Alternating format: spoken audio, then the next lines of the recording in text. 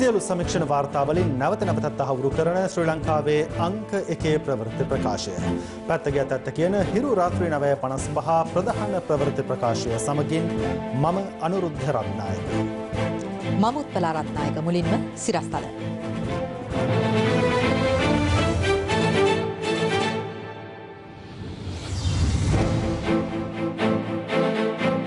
Corona බලපෑමෙන් Minuwangoda පොලිසිය වැසේ. ස්ථානාධිපති ඇතුළු නිලධාරීන් නිරෝධායනයට. කාසල් රෝහලේ ගැබිනි මවකටත් කොරෝනා මූලාශ්‍රය හෙළිවී නැහැ. ETI ගනුදෙනුව නීති විරෝධී බව ජනපති කොමිසම හෙළි කරගනී. සහරාන්ට පලායාමට බදියුදීන්ගේ සහයුරා කළ උපකාරය ගැන හිටපු හමුදාපතිගෙන් අනාවරණයක්. Adult diaper නිරුන්කි මධ්‍යවයකට.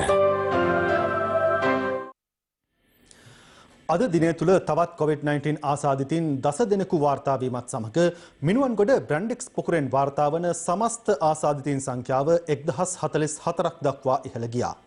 කොවිඩ් ආසාදිතයෙකු වාර්තා වීම හේතුවෙන් මිනුවන්ගොඩ පොලිස් ස්ථානයද අද වසා දැමුණා. මේ අතර සමාජ මාධ්‍ය ඔස්සේ ජනාධිපති ලේකම් කාර්යාලයේ ලිපි ශීර්ෂය යොදා ගනිමින් අසත්‍ය තොරතුරු ප්‍රචාරය කළ 18 හැවිරිදි තරුණයෙක් අපරාධ පරීක්ෂණ දෙපාර්තමේන්තුව අත්අඩංගුවට ගෙන තිබෙනවා.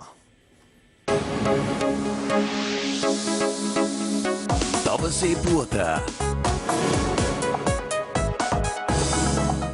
මිනුවන්ගොඩ බ්‍රැන්ඩික්ස් පොකුරේ ආසාදිතයන් සංඛ්‍යාව ඊයේ 10 ඉක්මවා ගියේ එය මෙරට විශාලතම කොවිඩ් ආසාදිත පොකුර බවට පත්වෙමින්. මිනුවන්ගොඩ පොලිසිය ආපන ශාලා හිමිකරු COVID-19 ආසාදනය වී ඇති බව තහවුරු වී ඇත්තේ ඊයේ දිනේ සිදු කළ PCR පරීක්ෂණ වලින්. අදාළ පුද්ගලයාගේ පුත්‍රයා මිනුවන්ගොඩ බ්‍රැන්ඩික්ස් කර්මාන්ත ශාලාවේ සේවය කර ඇති අතර ඔහුද COVID-19 ආසාදිතයෙක්. මේ වන විට මිනුවන්ගොඩ පොලිස් ස්ථානයේ සේවය කරන නිලධාරීන් 85 දෙනෙකු PCR පරීක්ෂණ සඳහා යොමු කිරීමෙන් අනතුරුව ස්වයං නිරෝධායනය සඳහා යොමු කර ඇති බව පොලිසිය සඳහන් කළා. ඊට අමතරව මෙම පොලිස් ස්ථානයේ කටයුතු తాවකාලිකව අත්හිටුව ඇති අතර සෙසු පොලිස් ස්ථානවල නිලධාරීන් නිදවීමෙන් පසු එම කටයුතු කඩිනමින් ආරම්භ කරන බවයි පොලිසිය වැඩිදුරටත් සඳහන් කළේ. මිනුවන්ගොඩ බ්‍රැන්ඩික්ස් කර්මාන්ත ශාලාවේ සේවයේ නියුතු පුද්ගලයන්ගේ සමීපාශ්‍රිතයින් අද පෙරවරුවේ මිනුවන්ගොඩ ස්ථාන කිහිපයක් වෙත පැමිණ සිටියේ සෞඛ්‍ය අංශ කළ දැනුම් දීමක් මතයි. ඊයේ වන විට මිනුවන්ගොඩ බ්‍රැන්ඩික්ස් කර්මාන්ත ශාලාවේ සේවය කරන සියලුම දෙනාගේ PCR පරීක්ෂණ කළා. දැන් ඔවුන්ගේ ආශ්‍රිතයින්ගේ සහ සමාජයේ PCR පරීක්ෂණ සිදු කරමින් පවතිනවා. ඒ වගේම මේ අඳුනාගත් රෝගීන්ගේ බොහෝ දෙනෙක් මේ වන විට රෝහල් වලට ඇතුල් කර තියෙනවා. ඒ වගේම තවත් රෝගීන් සුළු පිරිසක් ඉන්නවා. තවමත් රෝහලට ඇතුල් කිරීම සඳහා කටයුතු කරමින් පවතිනවා. ඒ සඳහා මේ මිනුවන්ගොඩ මැදි කැලෑවත්ත නිවාස සංකීර්ණයේ ජනතාව ලෙස පැමිණ සිටි ආකාරයයි.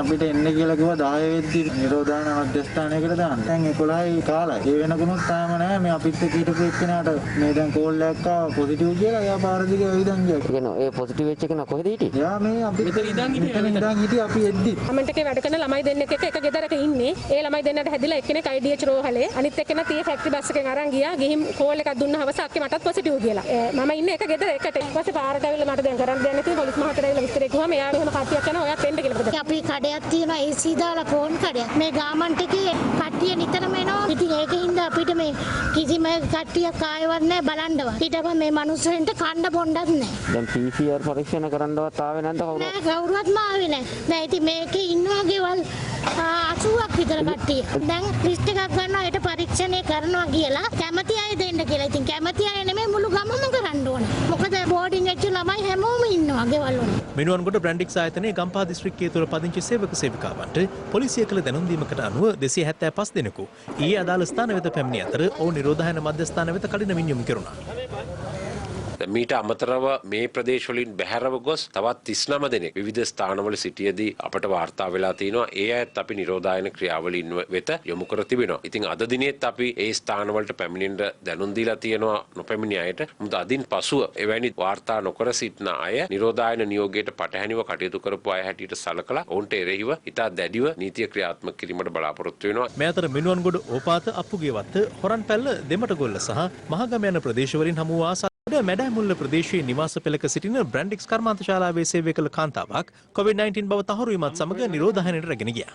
කෙසේ වෙතත් ඇගේ දියණිය නිවසේ තනිව සිටියේදී අදාළ කාන්තාව රැගෙන ගොස් ඇති බවට අසල්වාසීන් චෝදනා කරන්නේ. මොකද්ද කියේ පොලිසියෙන් ඇවිල්ලා? තාත්තා මේනකන් ගෙදරට වෙලා ඉන්න කිව්වා අම්මා එක්කයි යනවා කියලා. ඔයාගේ මොන හරි පරීක්ෂණයක් කරාද? නෑ. අපිට දැන් තියෙන ප්‍රශ්නේ ඇයි මේ දුවම ගිනිච්චේ නැත්තේ? මෙතන අනාරක්ෂිත තත්ත්වයක් තියෙනවා. මොකද මෙයා පොසිටිව් වෙලා නැහැ. දැන් මේ ඔක්කොම පේලිකවල විසිබීජ පැතිරෙන්න තියෙන අවධානම වැඩි. මේ අතර COVID-19 ව්‍යාප්තිය හමුවේ ගම්පහ දිස්ත්‍රික්කයේ පොලිස් බල ප්‍රදේශ 18කට පැනවූ නිරෝධායන ඇඳිරි නීතිය තවදුරටත් ක්‍රියාත්මකයි. මේ එම ප්‍රදේශවල අද පෙරවරුවේ දක්නට ලැබුණු තත්ත්වයක්. එම ප්‍රදේශවල නිරෝධායන ඇඳිරි නීතිය කඩ කළ පුද්ගලයන් 80 දෙනෙකු මේ වන විට අත්අඩංගුවට ගෙන තිබෙනවා. මේ පොලිස් වසම් හරහා ගමන් කරන අයට ගමන් කිරීමේ හැකියාව තියෙනවා. නමුත් යම් තැනැත්තෙක් තමන්ගේ රථයකට නංවා ගැනීම හෝ බැස්සවීම සිදු කිරීම වරදක් වෙනවා. එවැනි වැරදි සිදු කළොත් එයාට විරුද්ධව ඉතා දැඩිව නීතිය ක්‍රියාත්මක කරනවා. මේ අතර කාසල් වීදියේ කාන්තාරෝහලේ ගැබිනිමවකටද COVID-19 ආසාදනය වී ඇතැයි තහවුරු වී තිබෙනවා. ඇය ඊයේ දිනේ මීරිගම සිට වේයන්ගොඩ දක්වා මන්දගාමී දුම්රියකින් පැමිණ අනතුරුව වේයන්ගොඩ සිට දෙමඩගොඩ දක්වා ශීඝ්‍රගාමී දුම්රියක පැමිණ තිබෙනවා. ඉන්පසු අදාළ කාන්තාව කාසල් වීදියේ කාන්තාරෝහලට පැමිණ ඇත්තේ ත්‍රිරෝද රථයකින්. එහිදී අදාළ කාන්තාවට රෝහලට ඇතුළත් වන ලෙස කළ දැනුම් දීම මත ඇය නිවාඩු අයදුම් කිරීම සඳහා එම කාන්තාව සේවය කළ රාජගිරිය කුරුඳුවත්ත ජාලිය පටුමගේ පිහිටි පෞද්ගලික ආයතනයට ගොස් තිබෙනවා. ඇය අදාළ ආයතනයට පැමිණ නිවාඩු අයදුම් කිරීමෙන් පසුව නැවත රෝහලගත වීමේදී සිදු කළ PCR පරීක්ෂණයේ ප්‍රතිඵල මතයි අදාළ කාන්තාවට COVID-19 ආසාදිත බව අනාවරණ වී තිබෙන්නේ. ඒ අනුව අදාළ ආයතනයේ සේවය කරන පුද්ගලයන් 27 දෙනෙකුගේ PCR පරීක්ෂණ කටයුතු අද සිදු කළා. ඒ අතරින් පිරිසක් නිවෙස් තුළ ස්වයං නිරෝධායනය කර ඇති අතර තවත් පිරිසක් ආයතනයේ තුළම ස්වයං නිරෝධායනයට ලක් කර තිබෙනවා. මේ අතර අදාළ කාන්තාව බැලීමට පැමිණි ඇගේ සැමියා නැවතී සිටි රාජගිරිය මාදින්නාගොඩ ප්‍රදේශයේ පිහිටි නිවසේ පුද්ගලයන් සහ අවට නිවාසවල පවුල් කිහිපයක් එම නිවෙස් තුළම ස්වයං නිරෝධායනයට ලක් කිරීමට පියවරගෙන ඇති අතර ඔවුන්ටද PCR පරීක්ෂණ සිදු කර තිබෙනවා. ළමයාගේ වර්ධනයක් මදි කියලා තමයි කාසල් එක අපි නැවැත්කරන්න ආවේ. එදා මේ අඟහරුවාදා ආවට පස්සේ අපි ගම්පහ පැත්තට අයිති නිසා PCR එකක් කරා. PCR report එකේ තමයි පොසිටිව් කියලා කිව්වේ. නමුත් අපි සොයාගත් තොරතුරු වල විදිහට කිසිදු රෝගියෙකු සම්බන්ධ ආශ්‍රයක් තිබිලා නැහැ. අපිට ලබා ගන්න පුළුවන් එකම තොරතුර ඇය දුම්රියෙන් සහ බස්රියෙන් ගමන් කිරීම සහ ඇය සේවය කර ආයතනයේ පමණයි. වෛරසය ආසාදනය වූ අදාළ ගැබිනි කාන්තාව මුල්ලේරියා මූලික රෝහල ඇතුළත් කර තිබෙනවා. මේ කාන්තාව වැඩ කරන්නේ තවත් කර්මාන්ත ශාලාවක. මේ කර්මාන්ත ශාලාවට සේවාවන් සපයන තවත් ආයතනයක්. ඒ නිසා මේ බ්‍රැන්ඩික්ස් ආයතනයම සම්බන්ධ රෝගියෙක් විදිහට තමයි අපි ඇයව හඳුනාගන්නේ. ඒ වගේම ඇය සේවය කරන ආයතනයේ සියලුම කාර්ය මණ්ඩලයේ PCR පරීක්ෂණ අද දවස් තුල සිදු කරනවා ඇති. මේ අතර පසුගිය 22 වෙනිදා ඉන්දියාවේ විශාඛපට්නම් සිට මත්තලට පැමිණි ශ්‍රී ලංකන් ගුවන් යානයකින් බ්‍රැන්ඩික්ස් ආයතනයේ සේවකයින් 60 දෙනෙකු පැමිණ ඇති බව සමාජ මාධ්‍ය ඔස්සේ තොරතුරු හුවමාරු වීම සම්බන්ධව බ්‍රැන්ඩික්ස් සමාගම ඊයේ ප්‍රවෘත්ති නිවේදනයක් නිකුත් කළා.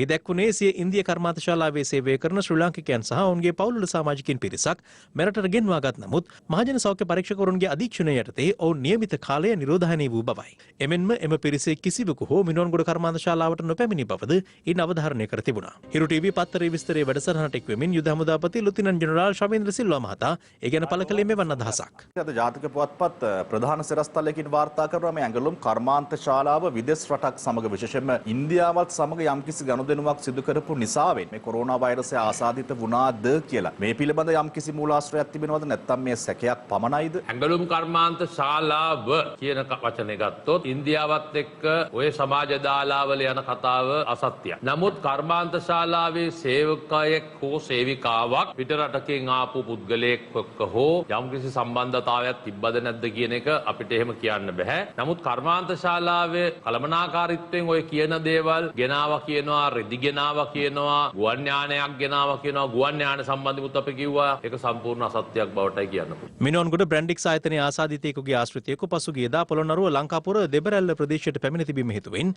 පුද්ගලයන් 70 දෙනෙකුගේ PCR පරීක්ෂණ අද සිදු කළා. මේ අතර හලාවත මහරෝහලේ ප්‍රතිකාර සඳහා ඇතුළත් කර සිටි 43 හැවිරිදි ඉරාන ජාතිකයෙකු COVID-19 ආසාදිත බවට ඊයේ රාත්‍රියේ හඳුනාගෙන තිබෙනවා. උමාය ව්‍යාපෘතියේ සේවය කරමින් සිටි අදාළ ඉරාන ජාතිකයා කල්පිටිය නිරෝධායන මධ්‍යස්ථානයේ සිට ඇති අතර එහිදී ඇති වූ රෝගී තත්ත්වයක් හේතුවෙන් රෝහල්ගත කර ඇත්තේ පසුගිය 4 වෙනිදායි. මේ අතර සෞඛ්‍ය මාර්ගෝපදේශ නොතකමින් අම්බලන්ගොඩ නගරයේ ආසන්නයේ උපකාරක පන්ති පවත්වාගෙන යන බවට ලද තොරතුරක් මත මහජන සෞඛ්‍ය පරීක්ෂකවරුන් අදාළ ස්ථානයට ගොස් පරීක්ෂා කරනු ලැබුවා. දැන් මොකද ක්ලාස් එක? grade 2 එකක් පටන් ගත්තේද? grade 2 එකක් පටන් ගත්තේ චුට්ටි බබාලට. දැන් මේ රටේ තියෙන තත්ත්වය දන්නවද මොකක්ද කියලා? නෑ දැන් මේ වැඩේම කරක්ද මහත්තයා යවන වාද තමයි. මේ චුට්ටි බබාලා බලන්නකො මාක්ස් දාගෙනත් නෑ මේ දරු. දැන් මේ රටේ පවතින තාක්කරගෙන මේ අතර කැලණිමුල්ල ප්‍රදේශයේ වාහන අලුත් වැඩියා කටයුතු සිදු කරන ස්ථානයක පුද්ගලයන් කිහිප දෙනෙකු ස්වයං නිරෝධායනයට ලක් කළා. ඒ බ්‍රැන්ඩික්ස් ආයතනයේ සේවකයින් ප්‍රවාහනය කරන වාහන කිහිපයක් උපාංග සවිකිරීම සඳහා එහි ගෙනවිත් ඇති බවට අනාවරණ වීමත් සමගින් මේ අතර වැල්ලම්පිටිය හල්දුමුල්ල ප්‍රදේශයේ නිවාස 3ක නිවාසියන්ද ස්වයං නිරෝධායනයට ලක් කළා.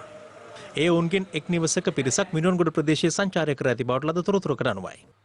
කෙසේ වෙතත් ජනතාව මුව ආවරණ පැළඳීම ඇතුළු සෞඛ්‍ය මාර්ග උපදේශ පිළින නොපදිමින් කටයුතු කරන අයුරු අද දක්නට ලැබුණා.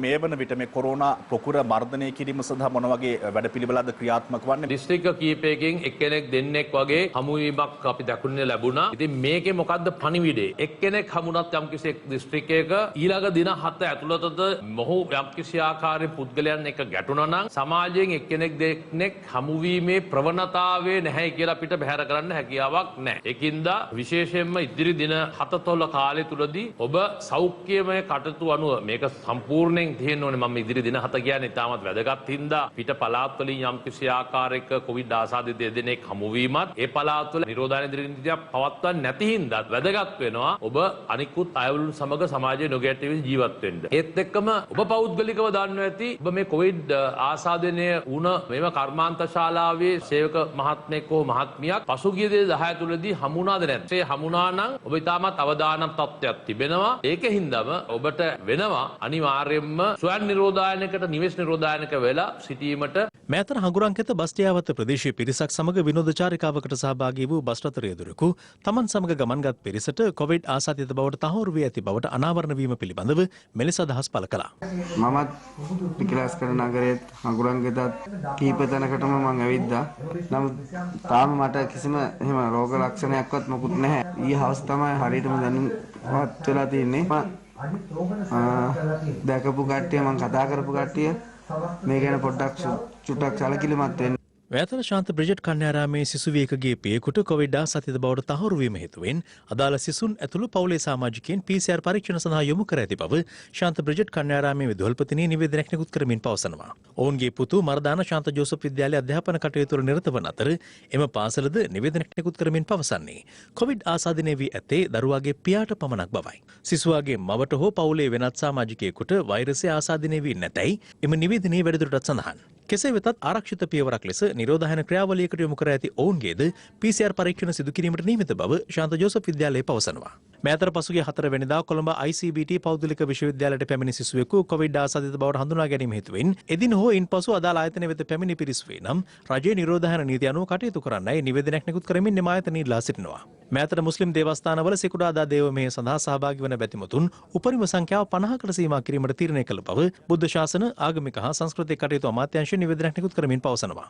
මෑතර මිනුවන්ගොඩ බ්‍රැන්ඩික්ස් ආයතනයේ සේවය කරමින් සිටියේදී නිවාඩුවක් සඳහා හංගුරංකෙත විමල්පුර ප්‍රදේශයට පැමිණ සිටි අයෙකු කොවිඩ් ආසාදිත බවට තහවුරු වීම හේතුවෙන් අදාළ පුද්ගලයාගේ ආශ්‍රිතයන් 20 දෙනෙකු පමණ හඳුනාගෙන ඔවුන් දියතලාව ප්‍රදේශයේ පිහිටි නිරෝධායන මධ්‍යස්ථානයක් වෙත රැගෙන ගොස් තිබෙනවා. දෙවුලුපිටින් හමුව පළමු කොවිඩ් ආසාදිත කාන්තාව මීට දින කිහිපයකට පෙර පුත්තලම ඉලන්තඩිය ප්‍රදේශයේ අවමගලුකට සහභාගී වී ඇති බවට තහවුරු වීම හේතුවෙන් එම ප්‍රදේශයේ පවුල් 5ක පුද්ගලයන් 21 දෙනෙකුද ස්වයං නිරෝධායනය සඳහා යොමු කර තිබුණා.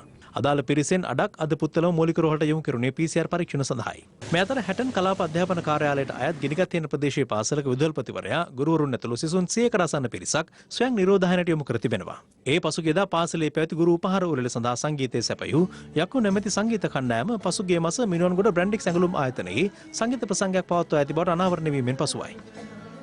මේ අතර පවතින කොවිඩ් තත්ත්වයත් සමග බහන්න හිඟයක් ඇති වෙතැයි අනවශ්‍ය බයක් ඇති කර නොගන්නා ලෙස ලංකා සතුස ආයතනයේ ජනතාවගෙන් ඉල්ලා සිටිනවා. මේ අවස්ථාවේ අනවශ්‍ය ලෙස අත්‍යවශ්‍ය ආහාර ස්ටොක් කරගන්න අවශ්‍යතාවයක් නැහැ. ඔබ අනවශ්‍ය ලෙස ස්ටොක් කරගත්තොත් අපි කරන්නේ අර කළු කඩකාරයන්ට අධික ලෙස මිල ශීඝ්‍රයෙන් වැඩි කිරීමට අපි ඉඩ ප්‍රස්තාවක් ලබා දී. ඒ නිසා ඇතිවෙන්න ලංකා සතුස ජාලය තුලින් ආහාර ලබා ගන්න පුළුවන්. ඒ නිසා කිසිම දෙයකට බය වෙන්න අවශ්‍ය නැහැ. මේ අතර අසත්‍ය ප්‍රචාරවලට නොරැවටෙන ලෙස ජනාධිපති ගෝඨාභය රාජපක්ෂ මහතා ජනතාවගෙන් ඉල්ලීමක් කරනවා. ජනාධිපතිවරයා සිය නිල ෆේස්බුක් පිටුවේ සඳහන් කර ඇත්තේ කොවිඩ් උවදුර මුළු ලොවම වෙලාගත් මොහොතක ජාතිය ශක්තිමත් බව විදහාලමින් එය මර්ධනය කිරීමට හැකි වූ බවයි. ඒ වැඩිදුරටත් දැක්වෙන්නේ අද වන විට නැවත කොවිඩ් වසංගතය රට තුළ හිසෝසවා ඇති සමයක සෞඛ්‍ය ආරක්ෂකාංශ සහ අනිකුත් සේවා මෙම උවදුරෙන් රට බේරා ගැනීම සඳහා සියලු කටයුතු සිදු කරන බවයි. මෙම අභියෝගාත්මක අවස්ථාවේදී සෞඛ්‍ය බලධාරීන් ලබා දෙන උපදෙස් පිළිපදින ලෙසත් අසත්‍ය ප්‍රචාරවලට නොරැවටෙන ලෙසත් ජනාධිපතිවරයා ජනතාවගෙන් ඉල්ලා සිටිනවා. දවසේ පුවත.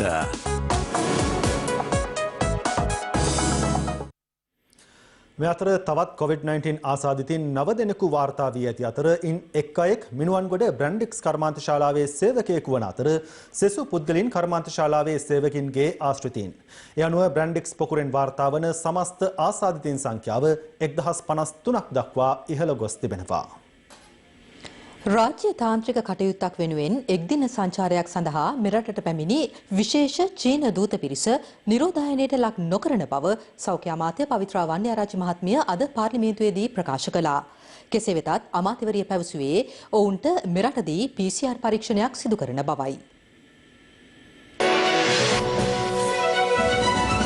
පැලවත්ත බත්තර මුල්ල පාර්ලිමේන්තු කටයුතු සේවාංශයට මම අද උදේ 8:00 පමණ ඒ ස්ථානයට ගියා. කාර්යාලයේ ඉදිරිපස දොරටුවේ දැන්වීමක් පළ කරලා තිබෙනවා. කාර්යාලයේ නිලධාරීන් සේවක මණ්ඩලය හැර වෙනත් කිසිම කෙනෙකු කාර්යාලය තුලට ඇතුළු වීම සම්පූර්ණයෙන් තහනම් කියලා. විනාඩි 35ක් එළිය මම හිටගෙන හිටියා. අවසානයේදී රාජ්‍ය කළමනාකාර සහකාර නිලධාරීතුමියක් එළියටම ඇවිල්ලා තමයි මට අවශ්‍ය ලිපි ලේඛන බාර දුන්නේ. ඒ කාර්යාලයේ සේවය කරන සේවක මහත්වරුන්ගේ පවුලේ කෙනෙකුට කොවිඩ් ආසාදනය වෙලා පරීක්ෂණයකට ලක් වෙලා තියෙනවා. ඒ නිසා එතෙන්ට එන සියලු දෙනා පිළිබඳව ওই විදිහේ ප්‍රතිපත්තියක් අනුගමනය කරලා තියෙනවා. මොකද ඒ ඔබතුමාලාගේ සියලු දෙනාගේම ආරක්ෂාව සඳහා. විශේෂයෙන්ම චීනේ තමයි මේ වෛරස් එක පටන් ගත්තේ. එතකොට චීනේ දූත පිරිසක් මේ අවස්ථාවේදී මේ රටට එනවයි කියන්නේ අපි අනවශ්‍ය ලෙස අපි අනතුරකටපත් වෙනවා. දැන් අපි මේ කොරෝනාත් එක්ක ජීවත් වෙනකොට මේ කට්ටියට එන්න එපා කියන්නද කියලා බං අහන්න කැමතියි. දැන් අපි අර එයා බබල් කන්සෙප්ට් එක අපි ඉදිරියේදී ගේන්න හදනවා. මේකට බැරි වෙලාවත් එන්නතක් හොයාගන්න බැරි වුණොත් අපිට මෙහෙම දිගටම ජීවත් වෙන්නද කියන එක මම ප්‍රශ්න කරනවා. ඒ චීන දූත පිරිසක් විතරක් නෙවෙයි ඉදිරියේදී ඒ ඇමරිකන් දූත පිරිසකුත් එනවා ලංකාවට. චීන ඒ දූත පිරිස ආවහම නිරෝධායනය කරන්නේ නැතුව තමයි කට්ටිය එන්නේ. එහෙම නේද? එයා බබල් කන්සෙප්ට් එකේ අපි කියමුකෝ මේක මේ දූත පිරිස වලට විතරක් නෙවෙයි බිස්නස් පැත්තෙන් ආයෝජකයෝ කියනවා නම් අපි ඉදිරියේදී සමහර වෙලාවට අපිට මේක කල්පනා කරන්න වෙනවා.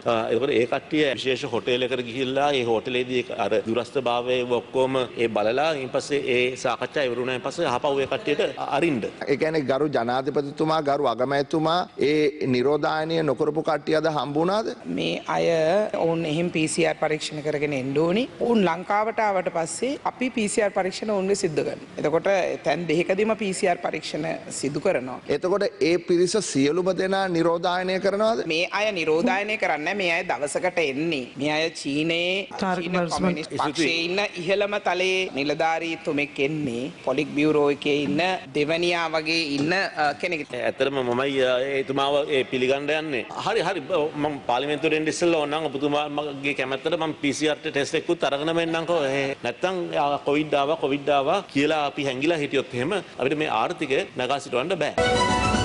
රියාජ් තෙර්ඩීන් මහතාව නිදහස් කරලා තියෙන එක හොඳයි. තවත් රැඳවියෙක් සිටිනවා හෙජාස් හිස්බුල්ලා කියන නීතිඥවරයා. එතුමට අමතක වෙලා ඇති යහපාලන ආණ්ඩුවේ මෙරටේ අධිකරණයේ ස්වාධීනත්වය තියාගත්ත හැටි. අරලියගහ මන්දිරේ නීතිපතිවරයා ගෙනෙල්ලා පොලිස්පතිවරයා ගෙනෙල්ලා නඩු අහලා මිනිස්සුන්ට නඩු දාලා හිරේ දාපු හැටි. ඔබතුමා කතා කරලා කිව්වා මේ රිෂාඩ් අමතිවරයාගේ සහෝදරයා නිදහස් කිරීම පිළිබඳව. අපි දන්නවා තමුන්නාන්සේලා මේ කතා කරන්නේ ඇයි? තමුන්නාන්සේ කතෝලික නෙවෙයි. තමුන්නාන්සේ ආලෙලුයා. කතෝලික ජනතාව දහස් ඝාතනය කරපු මිනිස්සු බේරගන්න කතා කරනවා. ලැජ්ජයි. නිරෝෂන් නැමැතිතුමා ඔතන ඉඳගන්නත් එපා. එරාන් නැමැතිතුමා කියන්නේ කතෝලිකයෙක් නෙමෙයි. එතුමා ක්‍රිස්තියානි. එතුමා ක්‍රිස්තියානින්ද තමයි කතෝලිකයට ගහන්නේ. මේ කඩ යනවනේ. අපේ ආගමේ හැටියට ආනන්තරීය පාප කර්මයක්. මිනිස්සු මරපු මිනිමරුව රකින්නවා. හිස්බුල්ලාට අප නෙමෙයි දෙන්නේ බලාගෙන ඉන්න. මගේ ළඟ තියෙනවා රනිල් වික්‍රමසිංහ මහත්තයා වේලුපිල්ලේ ප්‍රභාකරන් එක්ක අස්සම් කරපු ගිවිසුම අහන්න පිටිපස්සේ ඉන්න හමුදාපතිතුමාගෙන්. යුද්ධ හිටියා නෙමෙයි. අනදුන්නා හරි. අපි අවසන් වෙනකොට ඉතින් චීනේ. එහෙ ගියා. දවසට තුන් පාරක් වර්තමාන හමුදාපතිට මම කතා කරා. ඔබතුමා හිතන්න එපා අපි හැංගිලා හිටියා කියලා. හැබැයි ඔබතුමාට අන දෙන්න කොන්ද තොන දින ආණ්ඩුවක් තිබ්බ නැත්නම් සේනාධි නායකයෙක් තිබ්බ නැත්නම් අන බිම ඇනෙනවා. ඔබතුමාට හමුදාපතිකම දුන්නාද? තමුන්නාන්සේගේ දක්ෂතාවය හඳුනාගත්තද? නෑ. ඒක මමම මේ සභාවෙන් මම කිව්වා රනිල් වික්‍රමසිංහ මෛත්‍රීපාල සිරිසේන හිටියා නා ඒක එහෙම වෙන්නේ නෑ කියලා. ඉතින් ඔබතුමා ගිරිය කඩා ගන්න ඕනේ නෑ. මම කිව්වා මේ සභාවේ. ගිරේ කඩා ගන්න මට තියෙන ප්‍රශ්නේ ඔයා ඉන්නේ වැරදි පැත්තේ. ඒකයි වඩන්නේ ගජබ නෙමෙයි වඩන්නේ මෙජබ. එන්න ඕනේ ඔයා. පාස්කු ප්‍රහාරයට සම්බන්ධ බවට සැකපිට අත්අඩංගුවට ගත් පාර්ලිමේන්තු මන්ත්‍රී රිෂාඩ් බදියුදීන්ගේ සහෝදරයා නිදහස් කිරීම පිටුපස සිටින්නේ කවුරුන්ද යන්න රටට අනාවරණය කළ යුතු බව පැවිදි හඬ සංවිධානය රජයෙන් ඉල්ලා සිටිනවා. ඒ අද කොළඹදී ප්‍රවෘත්ති සාකච්ඡාවක් පවත්වමින් පසුගිය දවස්වල හිටපු ඇමති රිෂාඩ් බදියුදීන් මහත්මයාගේ මල්ලි නිදහස් කිරීම පොලිස් මාධ්‍ය ප්‍රකාශක ඒ මහත්මයා කරපු ප්‍රකාශනය ගැන අපි දැඩි විරෝධයක් ප්‍රකාශ කරනවා. වගකීමෙන් කියනවා අයිගුවා මේ අත්අඩංගුවට ගත්තේ මේ වැරදි නිසා කියලා. ඊළඟ මාධ්‍ය ප්‍රකාශකයා කියනවා නෑ එහෙම එකක් නෑ අපි මේ නිදහස් කළා වැරදි නැති නිසා. මොකද්ද මේ දෙබිඩි පිළිවෙත? මේවා නෙවෙයි අපි බලාපොරොත්තු වෙන්නේ. මේ රටේ එක නීතියක් බලාපොරොත්තු වෙන්නේ. අන්න ඒ විදිහේ වැරදි වැඩ අපි හෙලා දකින්නවා. ඒ පොලිස් ප්‍රකාශකයාගේ පිටින් ඒක යවන්න හරියන්නේ නැහැ. ඔව් ඒ ප්‍රකාශය කරපු විදිහේ වැරදි තියෙනවා. නමුත් ඔව් ඒ වගේ ප්‍රකාශයක් කරන තත්ත්වයට ආවේ කොහොමද? කවුද ඒවා පිටිපස්සේ ඉන්නේ කියන එක හොයා බලලා ඒක දැනුවත් කිරීම, ඒක ගැන දැන ගැනීම ජනතාවටත් අයිතියක් තියෙනවා. අපි රජයෙන් වගකීම්යෙන් අපි බොහොම ගෞරවයෙන් ඉල්ලා ඉන්නවා අපිට ඒ පසුබිම දැනගන්න සලස්වන්නේ කියලා. මේ අතර රිචාඩ් බදියුදීන් සහ රවුෆ් හකීම් වෙන මන්ත්‍රීවරුන් ආණ්ඩුවට එක් කර නොගන්නා ලෙස ඉල්ලමින් සයින්ද මරුදු ප්‍රදේශයේ පදිංචි පුද්ගලයෙක් අරලේගහ මන්දිරය ඉදිරිපිටදී විරෝධතාවය නිරත වුණා. දෙය හාමුදුරනේ කතුල්ලාවේ ආයෙත් මේ රිෂාඩ් රවුෆ් හකීම් කියන මුස්ලිම් ත්‍රස්තවාදී කල්ලි අයි ඕකට සම්බන්ධ කරන්න 20 වෙනි සංශෝධනය ගන්න එපා. කරුණාකර මුං එලවලා දාන්න. රවුෆ් හකීම් රිෂාඩ් බදුනේල දේශපාලන කරන මුං පාර්ලිමේන්තු පැත්ත පළාත එන්න බැරි විදිහට අපි නිර්වාදනය කරන්න සදාහටම. රිෂාඩ්ලා වගේ උන් ආයෙත් ගත්තා නම් ওই වගේ සාගරන්ලා 1000ක විතර ඇති වෙන්න පුළුවන්. සහරාන් හෂීම්ට බෝට්ටුවකින් ඉන්දියාවට පලා යාම සඳහා රිෂාඩ් බදියුදීන් මන්ත්‍රීවරයාගේ සොහොයුරා සහාය වී ඇතැයි යුද හමුදා බුද්ධ්‍යංශය තමන්ට දැනුම් දුන් බව හිටපු යුද හමුදාපති විශ්‍රාමික ජෙනරාල් මහේෂ් සේනානායක මහතා ප්‍රකාශ කළා. ඒ පාස්කු ප්‍රහාරය පිළිබඳ විමර්ශනය කෙරෙන ජනාධිපති කොමිසම හමුවේ ඩුබායි සිට වීඩියෝ තාක්ෂණය ඔස්සේ සාක්ෂි ලබා දෙමින්. එහිදී ඔහු වැඩිදුරටත් සඳහන් කළේ 2015 වසරෙන් පසු මෙරට බුද්ධ්‍යංශ අතර තරඟකාරීත්වයක් හටගත් නිසා සහරාන් හෂීම් සම්බන්ධයෙන් යුද හමුදා බුද්ධ්‍යංශය ලබා දුන් තොරතුරු කෙරෙහි බලධාරීන් ප්‍රමුඛත්වයක් නොදී කටයුතු කළ බවයි. පාස්කු ප්‍රහාරය එල්ල වූ අවස්ථාවේ මෙරට යුද හමුදාපතිවරයා ලෙස කටයුතු කළ ජෙනරාල් මහේෂ් සේනානායක මහතා ජනාධිපති කොමිසමට වීඩියෝ තාක්ෂණය ඔස්සේ සාක්ෂි ලබා දුන්නේ එක්සත් අරාබි එමිරාජ්‍යයේ සිටයි. ඒ COVID-19 වෛරස ව්‍යාප්තියත් සමග මෙරටට පැමිණීමට නොහැකිව එරට තුළ රැඳී සිටීම හේතුවෙන්. මෙතන අපේ සාමාන්‍යයෙන් සාක්ෂි විමසීම කරන්නේ ජනමාධ්‍යට විවෘතයි. මාධ්‍යවේදීන් මෙතන සාමාන්‍යයෙන් 15ක් විතර වගේ සංඛ්‍යාවක් මේ සාක්ෂි විමසන අවස්ථාවේ ඉන්නවා. ඔව් ඇත්තටම මේ මට ඒක ගැටලුවක් නැහැ. ඒක ඔය පැත්තටයි ගැටලුව තියෙන අපි කියන දේවල් රහස්‍ය භාවය පිළිබඳව. ඔව්. එතකොට මොනවා හරි ඒ රහස්‍ය භාවය පිළිබඳව මගේ ප්‍රශ්නයක් මම කියනවා. ඒක හරි. රහස්‍ය භාවය පිළිබඳව යම් කිසි කියන්නේ ජාතික ආරක්ෂාවට හරි ඒ වගේ දෙයකට සංවේදී දෙයක් තියෙනවා නම් අපේ කමිෂන් සභාව තීරණය කරනවා මාධ්‍ය අයින් කරලා සාක්ෂි ලබා ගන්න කියලා. එහෙම ජාතික ආරක්ෂාව පිළිබඳව සංවේදී තොරතුරක් තියෙනවා නම් කියන්න ඔබතුමාට කමිෂන් සභාවට ඉල්ලීමක් කරන්න පුළුවන්. මේක තරමක් සංවේදී කාරණයක්. ඒ නිසා මෙතන මාධ්‍යින් තොරව කතා කරන්න ඕනේ කියලා ඉල්ලීමක් කරපුවම කොමිෂන් සභාව ඒක සලකා බලනවා. මෙහිදී රජයේ අධිනීතිඥවරයා සාක්ෂිකරුගෙන් ප්‍රශ්න කළේ රාජ්‍ය පොදු සේවය හා යුද හමුදා බුද්ධ්‍යංශය අතර හොඳ සම්බන්ධතාවයක් තිබුණේද යන්නයි. රාජ්‍ය බුද්ධ සේවය හා යුද හමුදා බුද්ධ්‍යංශය අතර ගැටලුවක් තිබුණේ නැහැ. නමුත් පොලිස් දෙපාර්තමේන්තුව යටතේ තිබුණු විශේෂ කාර්යාංශය නම් අප සමග ගැටලු ඇති කරගත්තා. හිටපු පොලිස්පති පූජිත් ජයසුන්දර සහ ඔබ අතරේ මොන වගේ සම්බන්ධතාවක්ද තිබුණේ? අපි අතර නම් ගැටලු තිබුණේ නැහැ. නමුත් මේ ක්‍රියාන්විත අතරතුර බුද්ධි සම්බන්ධීකරණයේදී කුඩා ආයතන අතර ඇති වූ ගැටලු නිසා නම් ප්‍රශ්න ආවා. CID එක වගේම TID එක තමයි එහෙම ගැටලු ඇති කළ විශේෂ ආයතන. CID එක ගැන උදාහරණයක් කියන්නම්. වනත විල්ුවේ පුපුරණ ද්‍රව්‍ය සොයා ගැනීමේ තොරතුරු අපි ඔවුන් එක්ක බෙදාගත්තට එතනින් පසු එහි පරීක්ෂණවලට මැදිහත් වෙන්න යුද හමුදාවට අවස්ථාවක් දුන්නේ නැහැ. ඒ වගේ පරීක්ෂණ කරන්න යුද හමුදාවට ප්‍රබල හැකියාවක් තියෙනවා අනිත් ඒවට වඩා. මං හේමසිරි ප්‍රනාන්දු ලේකම්ගෙන් ඇහුවා මේකට පරීක්ෂණ කරන්න අපිටත් අවස්ථාවක් දෙන්න කියලා. අවස්ථාවක් ලැබුණේ නැහැ. අපි ඒවට සම්බන්ධ නොකර ගැනීම රටේ පත්වුණ තත්ත්වවලට හේතුවක් වුණා. ඊළඟට මාවනැල්ල බුදුපිළිම කැඩීම සිදු වූ අවස්ථාවේ ගම්පල පොලිසිය නිලධහරින් අපේ නිලධහරින් ගිහාම එතනින් පලවා හැරියා. මේ යුද හමුදාවට අයිති දෙයක් නෙවෙයි කියලා. ඒකෙදිත් මම ඊට සම්බන්ධ වෙන අවස්ථාවක් ඉල්ලුවා, හම්බ වුණේ නැහැ. ස්වාමීනී, අපිව මේවට සම්බන්ධ කර නොගත්තට පාස්කු ප්‍රහාරයට පසු කඩිනමින් 35 දෙනෙක් අත්අඩංගුවට ගත්තේ යුද හමුදාවයි මුලින්ම. ඒ අපේ යුද හමුදා බුද්ධ්‍යංශයට තොරතුරු තිබුණ නිසා. ඔබ මුලින්ම ISIS ත්‍රස්තවාදීන් ගැන දැනගත්තේ මොන කාලෙද? සහ IS සිතියමේ ලංකාව කොටසක් වෙලා තිබුණ බව දැන සිටියද? මම යුද හමුදාපති වුණාම තමයි දැනගත්තේ IS සිතියමේ කොටසක් ලෙස ඔවුන් ලංකාව නම් කර තිබූ බව. ඒ අනුව ලංකාවට බලපෑමක් තිබෙන බවත් එවැනි මතයක් දරන සංවිධාන ලංකාවේ තිබෙන බවත් මම 2015ට කලින්ම දැනගත්තා. අප්‍රේල් 21 ප්‍රහාරයට පසු රාජ්‍ය බුද්ධි අධ්‍යක්ෂ නිලන්ත ජයවර්ධන සහ ඔබ අතර එදින කතා බහක් ඇති වුණාද?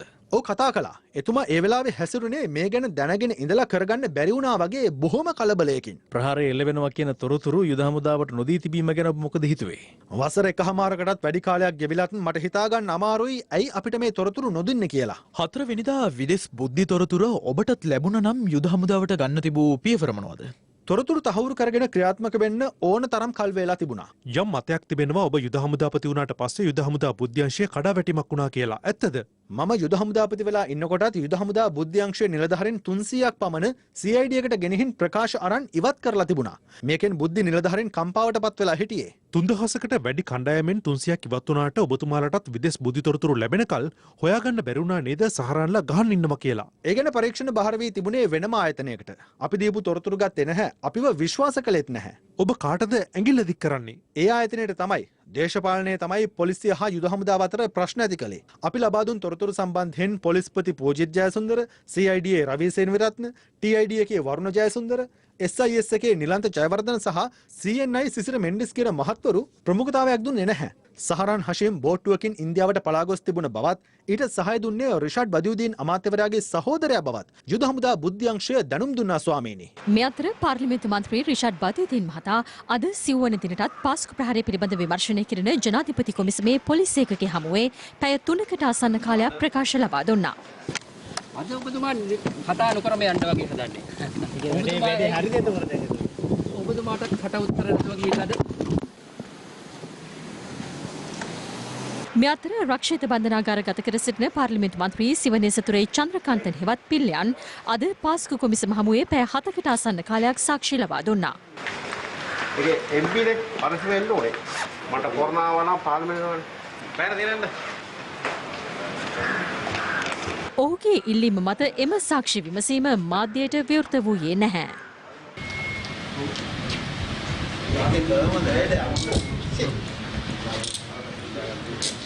දැන් ඔබතුමා මහමැති වුණා නම් සහරන් ඉන්න එකක් නැහැ කියලාද ඔබ හිතන්නේ? සහරන් ඔබතුමා හම්බෙලා තියෙනවද? ඒ ජාපාලනේ වෙදේනේ. යහපාලනේ දෙක උනේ මේ අත්අඩංගුවට ගත්තේ හින්දාද? ජාපාලනේ බීච් තමයි. බීච් තමයි. යහපාලනේ ජනාධිපතිතුමා ඔබතුමාලා එක්ක නේද දැන් ඉන්නේ දැන්? උඩ ඒක වෙනත්. ඒක නේද? ඒ ගන්නානේ.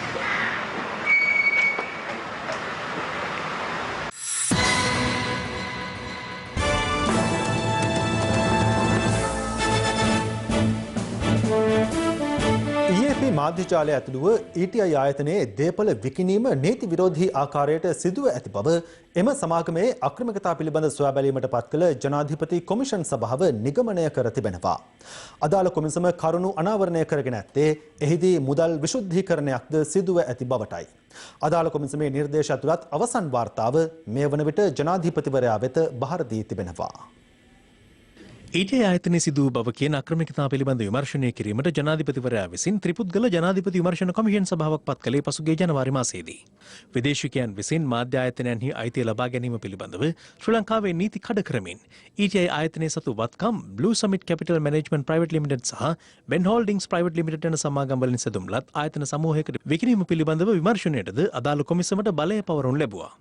එහිදී ETI සමාගමේ අධ්‍යක්ෂ මණ්ඩලය ඒ ඉහළ නිලධාරීන් ශ්‍රී ලංකා මහ බැංකුවේ නිලධාරීන් මෙන්ම අගතියටපත් තැන්පත්කරුවන්ද සාක්ෂි ලබා දුන් අතර තැන්පතු සම්බන්ධයෙන් සැක සහිත සිදුවීම් රැසක් පිළිබඳව එහිදී හෙළිදරව් වුණා. එම සාක්ෂි විමසීම්වලදී වැඩිදුරටත් අනාවරණය වුණේ ETI ආයතනයේ ශ්‍රී ලංකා මහ බැංකුවට අනාවරණය නොකළ රහස්‍ය ගනුදෙනු පවත්වාගෙන ගොස් ඇති බවයි. ජීවක එදිරිසිංහ, නාලක එදිරිසිංහ, අසංක එදිරිසිංහ සහ දීප එදිරිසිංහ යන ETI අධ්‍යක්ෂවරුන් අදාළ රහස්‍ය ගිණුම හරහා තැන්පත්කරුවන්ගේ මුදල් මිලියන ගණනින් අවභාවිත කර ඇති ආකාරයද එහිදී හෙළි වුණා. එමෙන්ම අධ්‍යක්ෂ මණ්ඩල සමාජිකයින් තම කටයුතු සිදු කර ගැනීම සඳහා ETI සමාගමේ ඉහළ නිලධාරීන්ට සිදු කර තිබූ බලපෑම් පිළිබඳව මෙන්ම නියාමන ආයතනවල ඉහළ නිලධාරීන් සඳහා රහස්‍ය ගෙවීම් කර ඇති බවටද කරුණු අනාවරණය කෙරුණා. මේ සම්බන්ධයෙන් ජනාධිපතිවරයාගේ අවධානය යොමු වුණේ ඒ අතරතුරයි. මම හිතන්නේ මහ බැංකුව නියාමනය ක්‍රමයක් මේවා පරීක්ෂා කරන ක්‍රමයක් ඉක්මනින්ම යොදන්න ඕන. සල්ලි වැරදි විදියට ආයතනවල ඉන්න ලොකු මිනිස්සු අවභාවිතා කිරීම හින්දා තමයි මේ තත්ත්වයකටපත් වෙන්නේ. බංකොලොත් භාවයටපත් වූ ETI Finance Limited සහ ස්වර්ණමහල් Financial Services PLC යන ආයතනවල ව්‍යාපාර කටයුතු වහාම ක්‍රියාත්මක වන පරිදත් හිටුවා. එම ආයතනවලට මුද්‍රා තැබීමට ශ්‍රී ලංකා මහ බැංකුව පසුගිය ජූලි 13 වෙනිදා පියවර ගත්තා.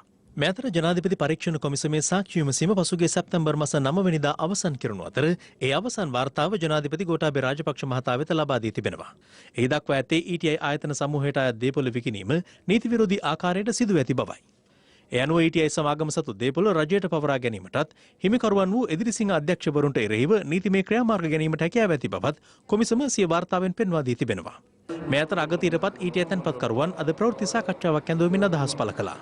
එකම ඉල්ලීමයි කරන්න තියෙන්නේ මේ සියල්ල හෙළි වෙලා තියෙන මේ අවස්ථාවේදී මේගොල්ලන්ගේ සියලුම වත්කම් රාජසන්තක කර අපේ සියලුම මුදල් හැකි ඉක්මනින් ආපස්සට ලබා දෙන ලෙස අතිගරු ජනාධිපතිතුමාගෙන් මම ඉල්ලන්නේ. ඇත්තටම අපි දැක්කා ඒ ජනාධිපති කොමිෂන් සභාවේ වාර්තාවල සඳහන් කරලා තියෙනවා මේ ETI ආයතනයේ සතු දේපල විකිණීම නීති විරෝධී කියලා. මේ දේපල රාජසන්තක කළ හැකි කියන එක ඒ නිර්දේශවල සඳහන් වෙලා තියෙනවා. ඒත් එක්ක මේ ETI ආයතනයේ අධ්‍යක්ෂවරුන්ට එරෙහිව අපරාධමය නීතිය යටතේ අවශ්‍ය කටයුතු කරන්නත් ඒ වගේම පෞද්ගලික දේපල වුන්ගේ රාජසන්තක කරගන්න කරන නිර්දේශ ජනාධිපති කොමිෂන් සභාව විසින් ඉදිරිපත් කළා තියෙනවා. වහාම මේ විකිණීමට ලක් කළ සියලු දේපල රාජසන්තක කරලා ඒ වගේම පෞද්ගලික දේපල රාජසන්තක කරලා මේ අහිංසක තැන්පත්කරුවන්ගේ මුදල් හැකියතාක් ඉක්මනට තැන්පත්කරුවන් වෙත ලබා දීමට අවශ්‍ය කටයුතු කරන්න කියන ඉල්ලීම මේ අවස්ථාවේදී කරනවා.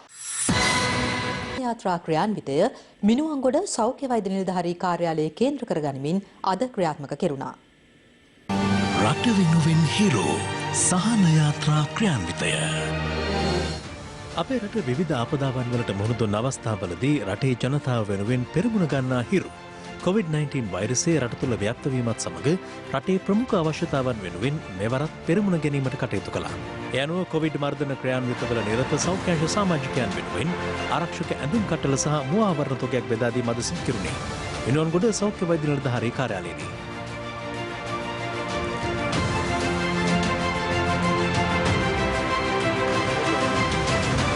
මේ අවස්ථාවේදී විශාල මෙහෙයුමක් දියත් වෙනවා ආශ්‍රිතව හඳුනා ගැනීම සහ සියලුම කර්තව්‍යයන් සඳහා ඒ රාජකාරී කිරීමේදී අපි EP කිට්ස් අපිට ලබා දෙන්න වෙනවා. ඇත්තටම මේක කාලීන අවශ්‍යතාවයක්. අපි ඔවුන්ගෙන් විමසන්නේ නැතුවම ඔවුන්ම ඉදිරිපත් වෙලා අපිට මේක ලබා දීම සම්බන්ධයෙන් අපි විශේෂයෙන්ම හිරු මාධ්‍ය ජාලයට රතු කුරුස සංගමයට ස්තුතිය පුද කරනවා.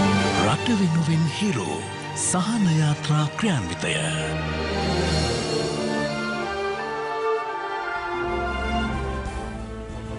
ඒ සමගින් අදට සමුගන්නටයි මේ සූදානම.